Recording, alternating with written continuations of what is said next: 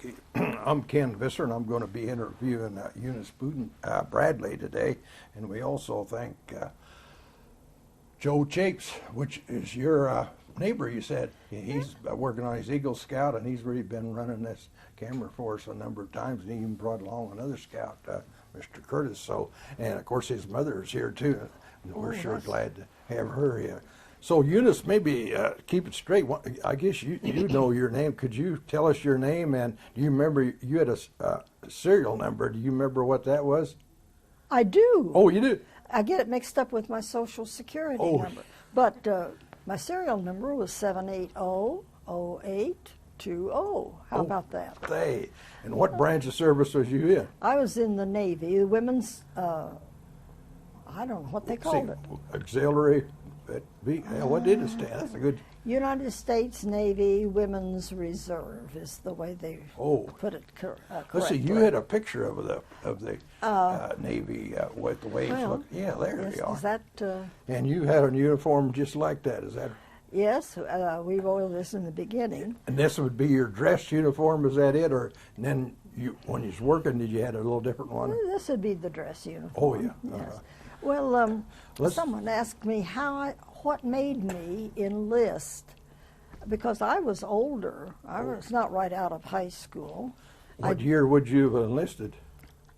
What? What year? Oh, 1945. It was July of 45, and VE Day in the European War was over. Of course, the BJ hadn't been over yet. No, that's right, and.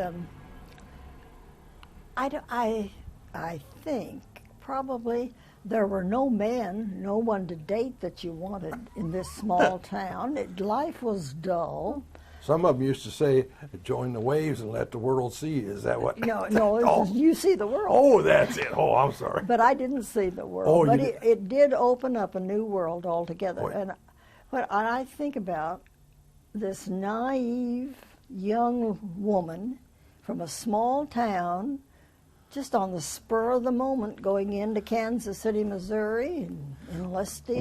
What was you doing before you went into the waves? I'd been teaching in elementary school. I taught 2 years in a rural school, 4 years. That's a one-room school? Yes. Oh, what town was that in? That was, it was outside of Richmond. Oh, yes. About 3 miles. How many students did you have? I had 13 students. I earned $55 a month for 8 months. I was able to buy a Model A Ford car. Who did your custodian work, like the fire and stuff? I did it for a while, and then I figured out that these little children would just love to earn a nickel or a dime for doing different things.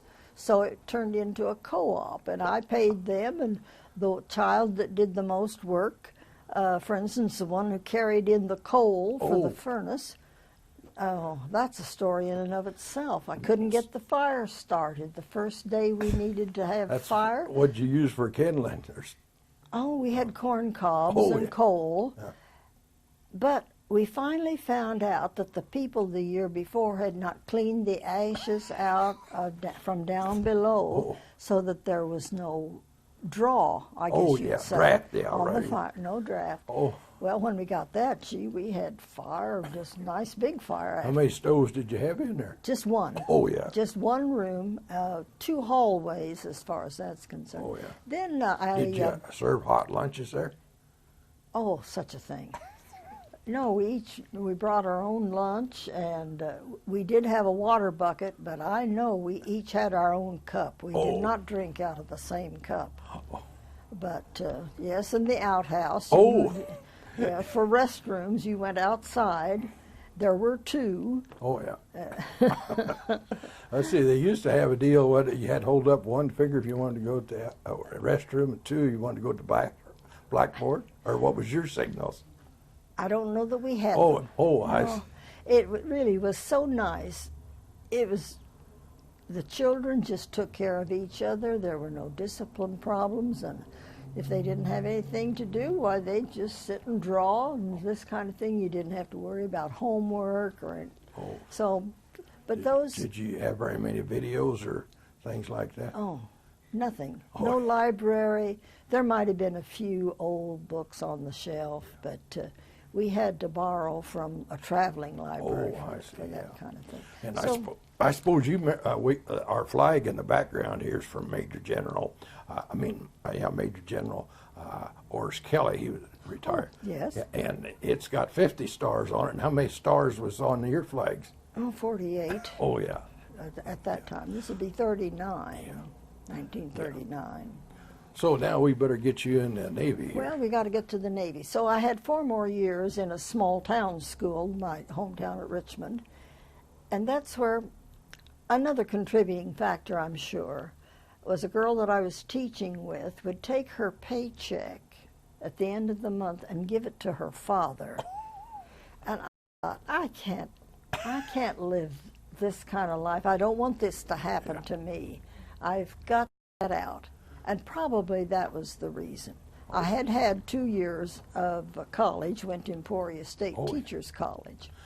Of course, So, one thing you was talking about, you got $50 a month, is that right? 55? 55. And you, just to not get off subject, but you went to New York. How much did that program cost you there? Well, after we finally got to New York, and I'll tell you about that in a little bit. But Excuse me. all right, I'll just take this in chronological order. Oh, okay, yeah, that's the way to do it. So after enlisting, then we were to report there in August. Where?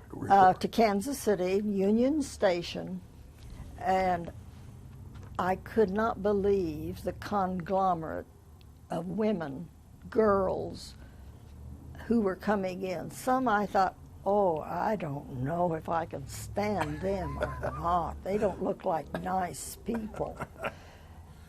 And the train trip, of course, we had berths, one and the other. And don't you know, in those days, no one would think of that today. But they put two women in one berth.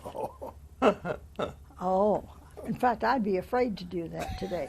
But anyway, we made it, but I knew I may have made a mistake. I wasn't sure. But when we got to New York, they took us up to Hunter College, a women's school in New York City.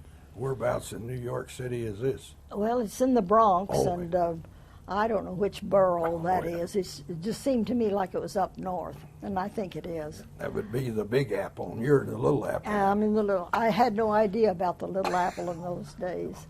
But there was a sign that said, "Try out for the Waves Chorus." Oh. I knew that I could read music, I could carry a tune, and I thought, if I get in that line, and they take these girls and put them in that line, and they just number you off, 1, 2, 3, 4, 5, and you go in that. I made it. I got into the Waves Chorus. And interestingly enough, the women who were in the same apartment, or billet, I think they called it, were college people, professional women. It was delightful, one of the best decisions I ever made in my life. And this picture shows something of what the Waves Chorus got to do. They'd take us different places to entertain in New York City. We had quite a few privileges. That doesn't mean we didn't have to have boot camp and get fit out for your uniforms and this sort of thing. Well, I hadn't been in New York but a day or two until the Japanese capitulated. What are we going to do with all these women that have just come in? Do we send them back home? What do we do? They decided that they would let us get our uniforms. They put us through boot camp, and they would give us nurses training. It would be about 4 months to become a nurse's aide. One of the best kinds of experience I've ever had. I found even I liked chemistry. I began to understand some things like that. In a little high school, you didn't have anything like that. So, you was talking about being a nurse's aide. You had a formula you had worked out. What was that you hold up to clean your nostrils out? What was that? That soda? Is that a secret one, or? No, this is more recent. Oh, than that. I'm sorry. Yep. I'm pushing it too fast. Okay, better. No, but one of the things that we did, one of the nice experiences that we had of the waves, was they brought Admiral Halsey, one of the famous admirals of the Navy, for a parade down Fifth Avenue. So I don't know how far we must have marched that day. How far? It was quite a way. I know we were in Wall Street. Oh, yeah. Times Square? Oh, where else is it? I don't know. But it was a long way. But we finally made it back up to a nice hotel. How close were you to Admiral Halsey? Shook hands with him. Oh, you did? Oh. And for many years, I didn't wash the white glove that I had. Oh, I think so. But I don't know where it is now. But anyway, I did shake hands with Admiral Halsey. Now, he was in the Pacific, wasn't he? Yes. Yeah, that's what I think. That's right. So after the nurses' training, then we had some time off. That was right at Christmas time. Oh, yes. And that was my first plane ride. I thought, I have time to go home. And don't you know, I cannot remember, how did I make my reservation? All these things are just a blank at this time. But I remember I did get from Hunter College to, I don't know which airport, but I got to an airport, I got on a TWA plane, and that was in the days when the airplanes served lovely meals to to the travelers, you know. So I had a nice time at home just was that before non-flight Christmas. to Kansas City, or did you have to stop? No, direct flight from to Kansas City. And then our next assignment, we were all, of course, anxious to know where we would be sent, and would we be sent with any of our friends. And some of the girls, I think I knew, were sent to Farragut, Idaho. Well, the word was, of course, back home, that if a sailor was sent to Farragut, Idaho, that was the hell hole. You were sure to die of pneumonia. Say, how about us get that, you went to the ball game there in New York, didn't you? That's where you went? Oh, I forgot to tell about the first place I wanted to go on the first leave that we had in New York City. I wanted to go to see the New York Yankees, wanted to go to Yankee Stadium. And here is a program. And how much did that cost you? This program cost 10 cents, 1945. It had to have been September that we got to go. But there was another girl that I remember her name because she was a delightful girl from from Fargo, North Dakota. Oh, yes. North Dakota, South Dakota. No, North Dakota. North Dakota. Mary and I wanted to go. So we got ourselves down to where the subway would take us. But how much did the ticket cost you? You remember that? No, don't remember. And of course we didn't have very much money. I don't know what they paid us even. We stood there, and here'd come that subway. Here'd go another subway, and another one. Finally, some man said, "Where are you girls wanting to go?" We said, "We want to go to Yankee Stadium." He said, "Any one of these will take you." But you know, on the subway, those doors open fast. Oh, you better move. But we did make it to the game, and after that, we even went to an Army game, football game. Oh, you did? You don't remember who they played? No, but it was not Army-Navy. I'm sure of that. But would that have been at West Point, or do you know where that was? I think. That's pretty good for a Navy person to go to the Army game. Yes, it was. But if it's football, she and I were both sports fans. Oh, So we enjoyed that. Yeah. Well, back let's get you back to. Now we've got to go to Farragut. Yeah, that's right. How'd you get out there? Did you fly It was a out? train. We on a troop train. Oh yeah. And we went across. I remember we went to Chicago. The train took us to Chicago, and we went across Montana, and it was so cold. You couldn't even see out the windows on the train. What time of year is that? This would be December. Oh. We got to Farragut just before Christmas, Oh, yeah. and it was not that cold. It was not unpleasant. The food was fairly good, and the nurses were just lovely ladies, and we poor little old naive What was nurses, your job aides. then in this hospital? Well, patient care. Oh, yeah. Yeah, we had to give baths and this kind of thing, medications. Oh, yeah. We did give shots. I don't know what you call it, but we didn't do the intravenous. Oh, yeah. The nurse had to do that. Oh, yeah. But of course, you know, in nurses training, we learned to shoot each other. Oh, yeah. And that was a little sensitive. I'm not sure I'd still want to do that. Well, let's see now. Who were the patients in that hospital? These were sailors, Oh, Navy men who had been injured. Oh, yes. And I happened to be on what they called a clean surgery ward. On the dirty surgery ward was where some of the fellows may have had venereal diseases or infections of some kind. But if they just had to have an appendectomy or some such thing as that, there was one patient, he was Polish from Pennsylvania, I remember him, and he was ambulatory, you would say. Very nice man, and he was not just a kid. Yeah. He was an older person, and he his wrist had been just shot out, and they'd experimented with penicillin, and they put too much penicillin, and that had even made the wound worse. And so he had a hole, and his worry was, am I going to lose my hand? And of course, it took time, and the hospital closed. I had no idea what happened. I've always wondered about Mr. Novak. So would that have been when penicillin come out? Penicillin was the answer to infection.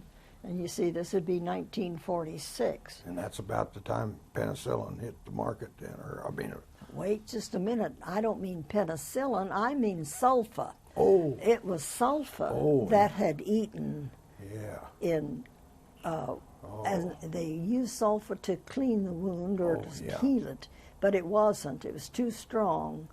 No, we did not have penicillin yet. Oh, you didn't? Oh. No, that was a slip on my part. Do you remember when penicillin did arrive? No. It was after I was discharged, probably. Yeah. Another patient that we had at Farragut was a young man from the Pacific Theater from Nebraska who had been burned all over. And if you can imagine, he would be wrapped in gauze, and the treatment for him was salt water. Salt water? And we'd have to spray his limbs and arms with salt water to keep those bandages wet.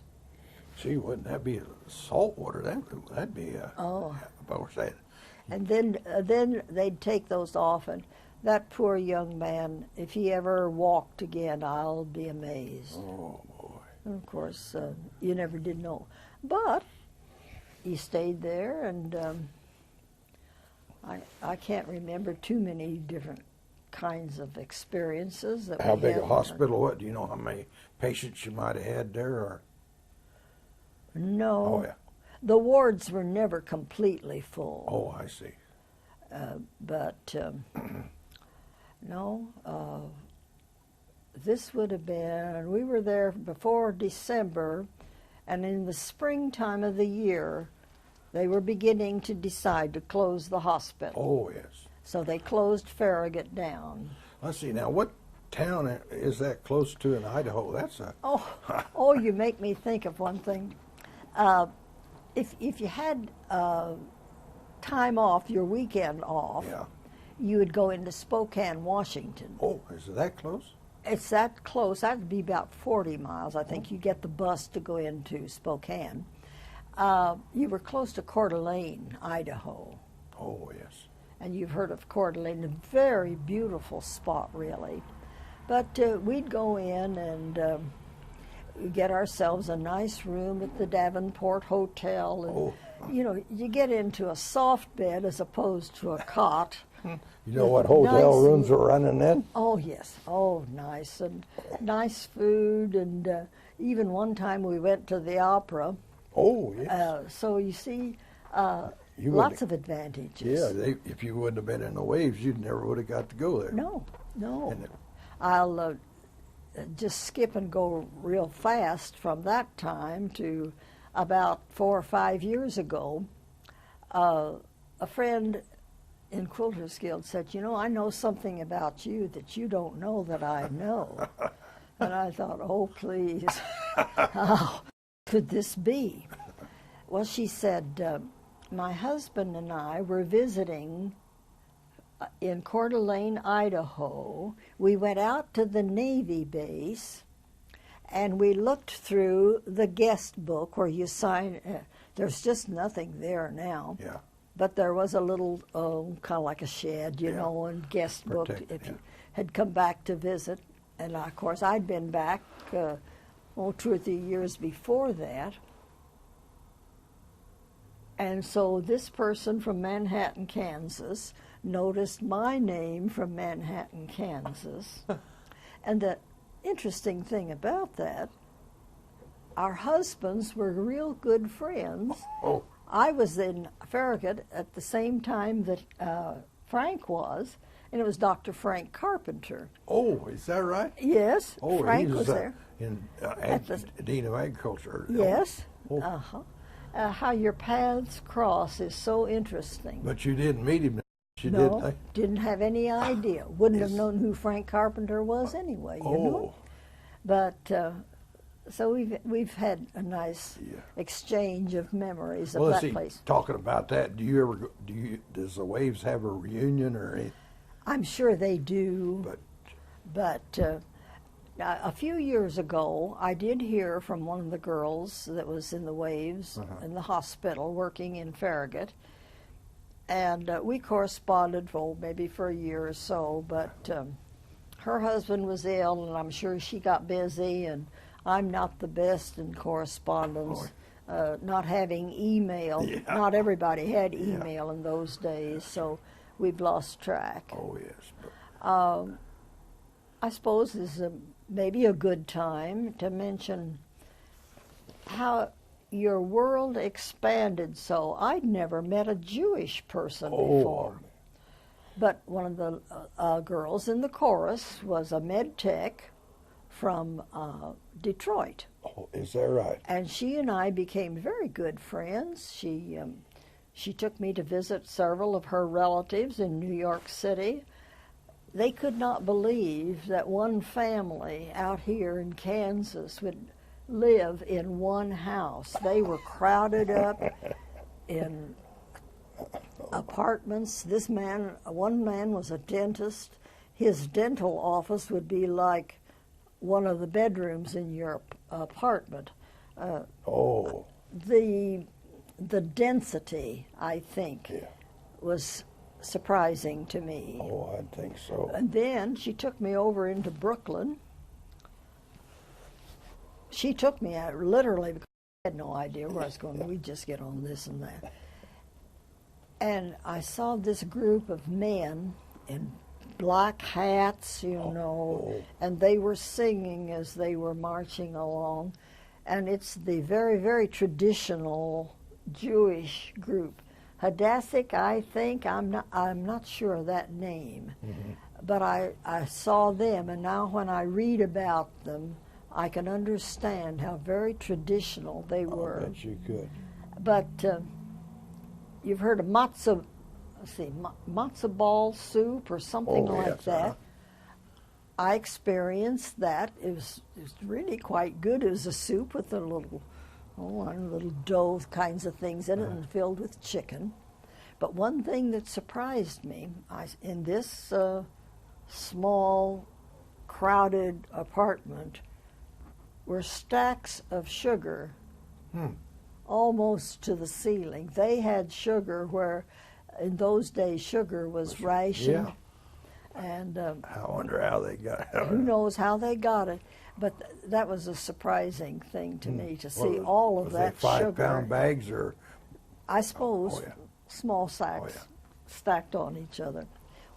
That was a very interesting experience.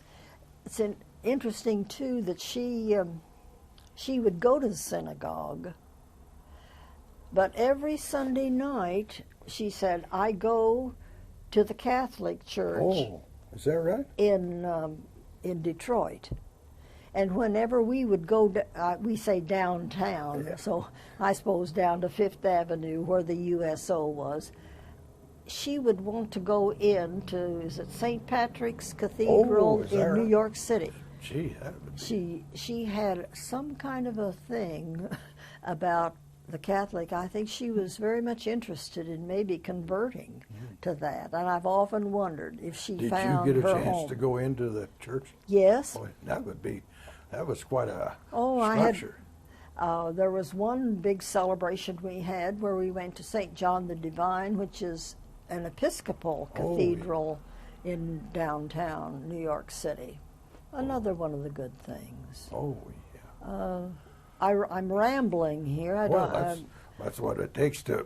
I know that you forget, but but see, you said you seen Wall Street, and you didn't remember if Times Square was going then or not, or Yeah. Oh, yes. Times Square all the time. In fact, it was at Times Square that we would go to get our free tickets oh, to wherever we wanted to go. oh yeah, They not always could we get tickets. yeah.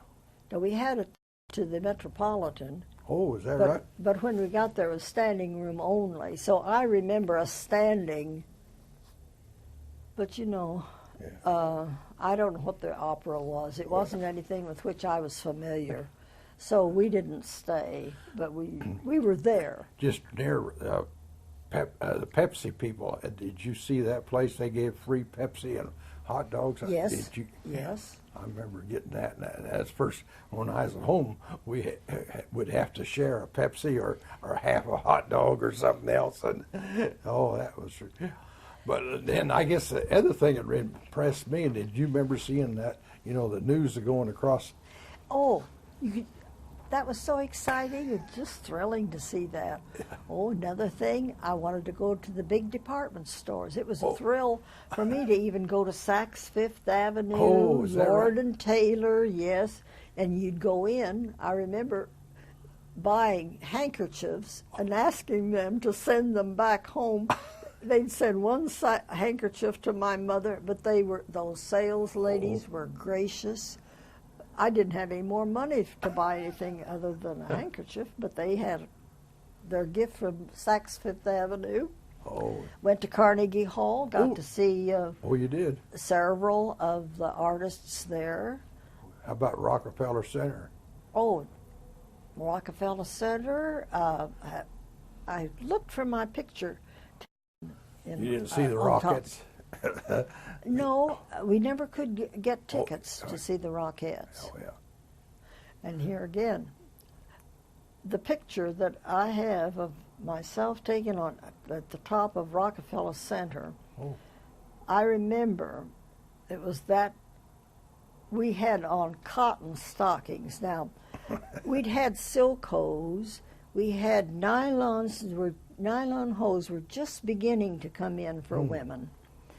But it must have been part of the boot camp training is to to rid us of any ego that we may have had about being attractive women. Because if you can imagine brown cotton stockings, that was the end of the world. But we wore those all through boot camp. And that's all you could wear if you went downtown or wherever Oh, you even went. downtown. Oh, Oh, yeah. but like boot camp, what did they have you marching or drilling or what Oh, was? oh yes. Oh. And, you know, the hurricane that's coming Oh, in yes. now, there was a little hurricane, and here again in New York City, even inland a little bit. We marched in that, I'm telling you, we were wet to the skin. Our uniforms, we had what they called a havelock. It was a plastic kind of thing that fit over your Navy hat, but everything was wet from that. But no, even though we were in the Waves chorus, we had to march. And that was okay. I didn't mind. And I suppose I see you didn't have to do a drill or use a gun or do any. No. And one of the reasons I didn't want a Marine, because those women in the Marines had to learn to scale the wall, you know, had to climb up and all that. None of that in the Waves. Oh, yeah. No, no, another thing. See, I keep going back well, that's all that, to boot camp. When they got us into the apartment, these were really just apartments there at Hunter College. We had to fold your clothing in a certain way in which there would be no, everything would be in a fold. Oh, yes. And your panties, your bras, your hose, everything folded so that the fold, if the officer came to check, she would take her gloves and she would go up and down the line. Well, I got caught on a slip that I didn't get folded just right, so I had to scrub floors one weekend. I remember, but today I still fold my lingerie in that same way. It's just you don't think about doing it any other way. I know the enlisted men in the Navy, the way they folded their clothes, you know, so it was just a roll, hard and roll. it still wouldn't. And when they unrolled it, it looked like a press. I'm sure that was one reason. And that same thing carries over in packing your luggage for a trip today. If you fold your clothes, my sister makes fun of me all of the time, the way my suitcase, I have the lingerie and this folded and little folds, and it's fine. It's another advantage. Oh, yeah. See, we're getting ready to go to Nebraska here over the weekend. I'd have you come over and fold up my clothes for, it probably takes a lot less room, too, doesn't it? I'd be happy if your wife wouldn't object. You know, she objects, I think maybe I'll pass. Oh, you will. On that sort of thing. But as I said, they were beginning to close the hospital at Farragut. And what year would this be, or when would this would have been in the spring of 1946. Oh, yes. And so where do they send us now? You're always wondering. Yeah, I'll bet. So I was with a group that was sent to Seattle, Washington, to the naval base there. And we were only there a couple of months. By June, they decided how many points that you had, and because I was older, and that would give me so many points, and then each month and so forth. But it was at Seattle that I first gained weight. I will have to say I was slim at one point in my life. I weighed 120 pounds. But when you would go to eat, you'd walk in, and there was where the garbage was. You'd smell that hot garbage before you got to where the food was. By that time, you just didn't have any appetite. So I started going over to the ship store, and I'd buy a carton, a box of Snicker bars, if you can imagine. I'd eat Snickers. How much were they, you remember? No, don't have any idea. $2 or $3 for a whole box, you know. And malted milk. I love chocolate malts. So that's... it isn't any wonder that I could hardly get into my uniform to get home. But how long were you in Seattle then? About 2 months. 2 months. Oh, yeah. What did they have you doing there? Any? Same kind of work, patient care. Oh, yeah. You'd wash, you'd change beds. Here again, I make my bed like the Navy taught us to make beds.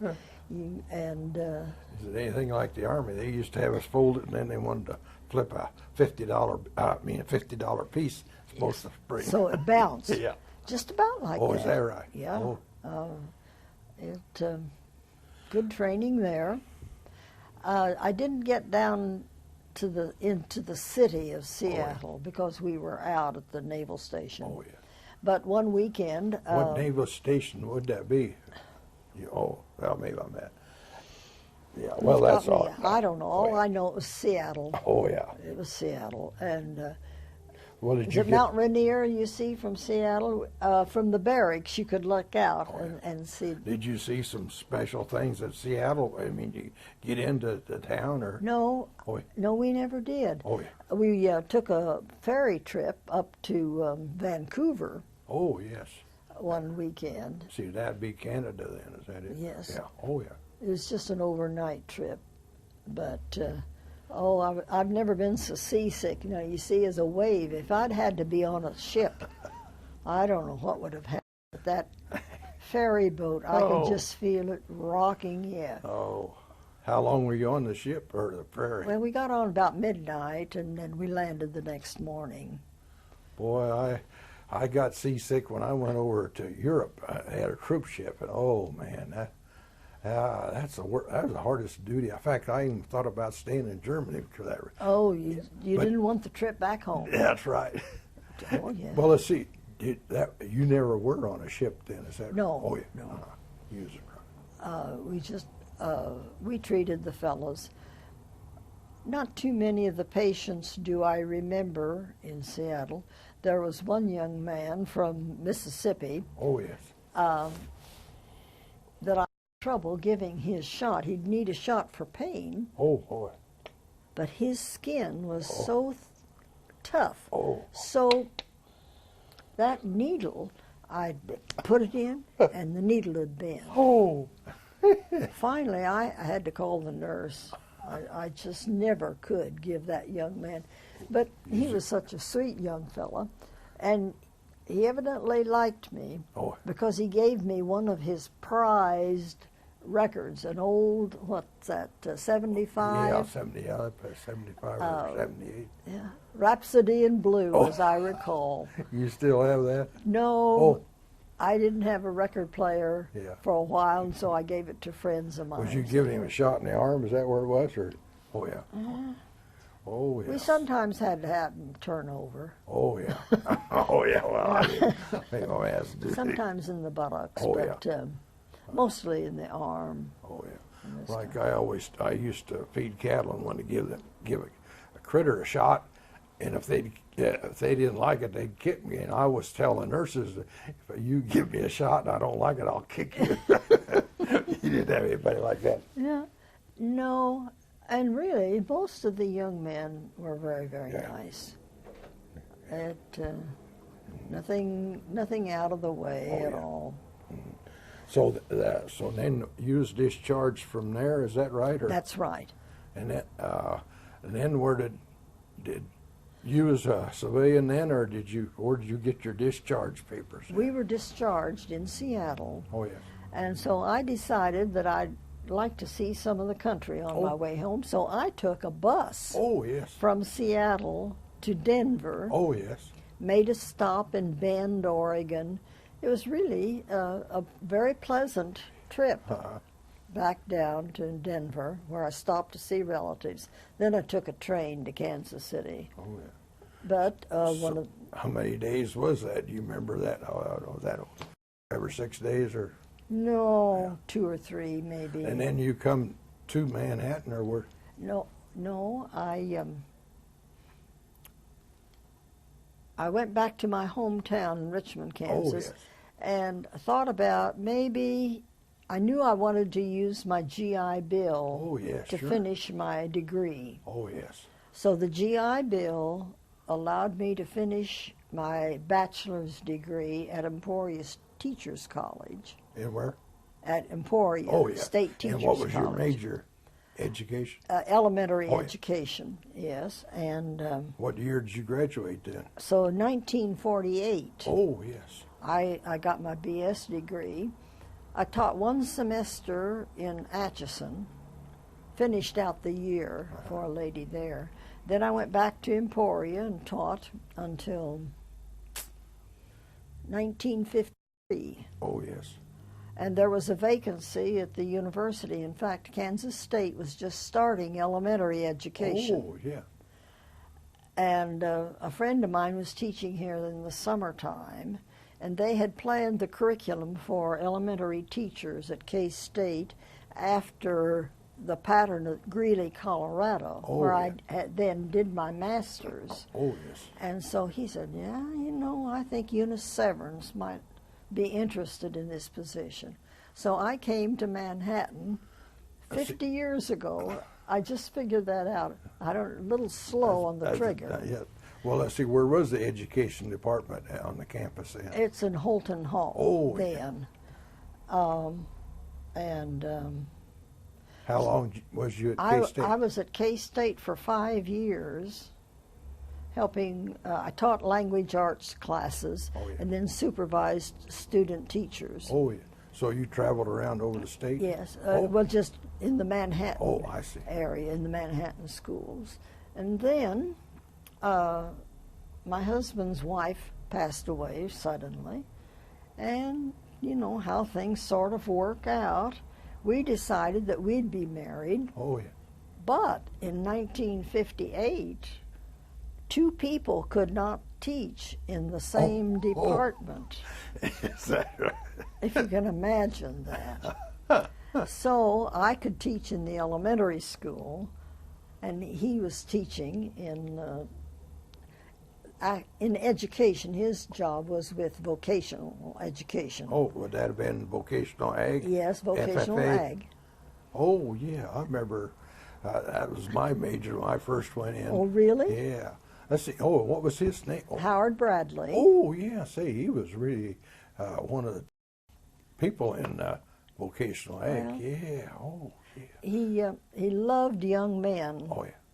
and he that's- loved agriculture. Yeah, he sure was a well-respected man in the So vocational ag culture. well, it's nice to have you say that. Oh, yeah. But, That well, he had the whole state, too, didn't he? Right? yes, Yeah. That's, he would go visit the young men then as they did their student teaching. He taught some methods classes also. Yeah. And you probably remember when they had their convention here, the FFA convention. Oh, yeah. Oh, I still have strong feelings for the future farmers of America. Yeah.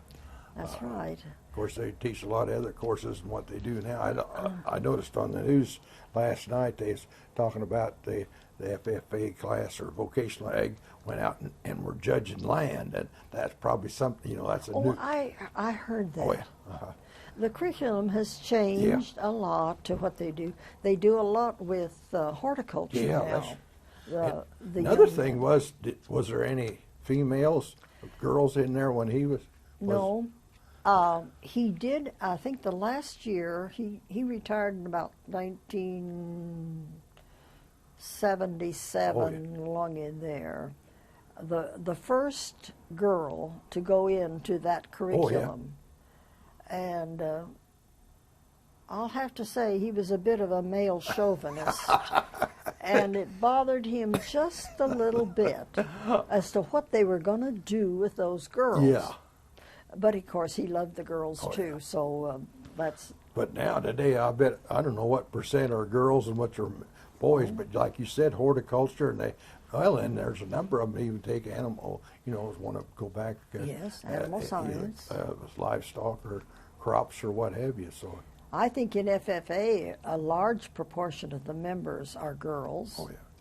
Let's see, did you ever go to the FFA convention they had in Kansas City? No, but I remember that there are just certain times of the year when he would be gone. You knew just to cross that out. There'd be no husband during that time of the year. And then, of course, in June, they would come here. Oh, yeah. Of course, they had that during the American Royal, didn't they? If you remember right? Yes, yeah. And so you see, the benefits, I would have to say, from the Navy, indirectly brought me to Manhattan, met my husband, and And then you got to finish your degree too, which finished my degree. And as far as culture is concerned, the many different people, the men, the doctors were just the very best that you can imagine, and travel. It was a very wonderful experience for me, and I've never been sorry I did it. I probably will never understand why I did it, but I did. yeah. Well, Eunice, we've about used up our time here. We sure thank you for taking the time to tell us about your experiences. In fact, I'm pretty sure that you're the first wave that we have had be interviewed, and that really is something. And you've had some real interesting experiences as a school, a one-room school teacher to being and so we sure do thank you again for taking your time to be here. You're very welcome, I'm sure. And I hope this has been of interest to somebody. Very good.